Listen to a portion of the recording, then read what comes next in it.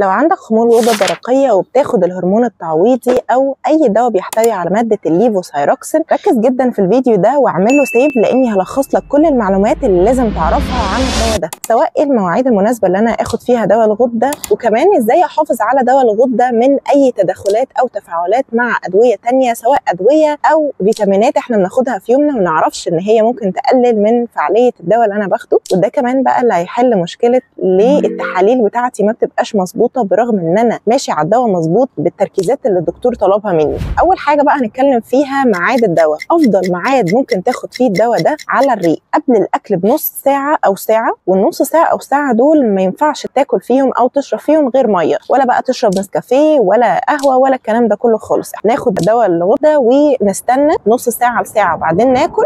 كمان ممكن تاخد الدواء بعد الاكل ولكن بعديه ب3 ل4 ساعات، وبعد ما تاخد الدواء ما تشربش ولا تاكل حاجه لمده نص ساعه لساعه. طيب ايه الادويه بقى اللي ممكن تقلل من فعاليه الدواء ده وازاي اخدها؟ بس بشرط ان هي ما تكسرش دواء الغده او تقلل من فعاليته. كتير مننا بياخد فيتامينات يوميا وما بيبقاش فاهم ان ممكن الفيتامينات دي تقلل من تاثير دواء الغده اللي انا باخده. عشان كده مهم جدا لو هناخد فيتامينات بتحتوي على الكالسيوم او المغنيسيوم او الحديد، مهم افصل ما بينها وما بين دواء الغده مده ما تقلش عن 4 ساعات. كمان لو بعمل نظام غذائي والدكتور كاتب لي ادويه بتحتوي على الاورليستات، ضروري جدا جدا برضو افصل ما بينها وما بين الدواء مده لا تقل عن 4 ساعات، لان سواء الاورليستات او الفيتامينات اللي انا اتكلمت فيها قبل كده هي بتقلل من فعاليه دواء الغده. ينطبق نفس الكلام برضو على ادويه الحموضه، سواء بتبقى ساشيتس او اكياس او بتبقى على هيئه دواء شرب اللي بتحتوي على كالسيوم او مغنيسيوم في مكوناتها، برضو بتعمل نفس التاثير. وبرضو مهم ان انا افصل ما بينها وما بين دواء الغده مده ما تقلش عن 4 ساعات. قولوا لي بقى في الكومنتس انتوا بتاخدوا دواء الغده امتى بالظبط، وهل معلومه الادويه اللي بتاثر على دواء الغده دي كنت عارفها ولا لسه عارفها من الفيديو؟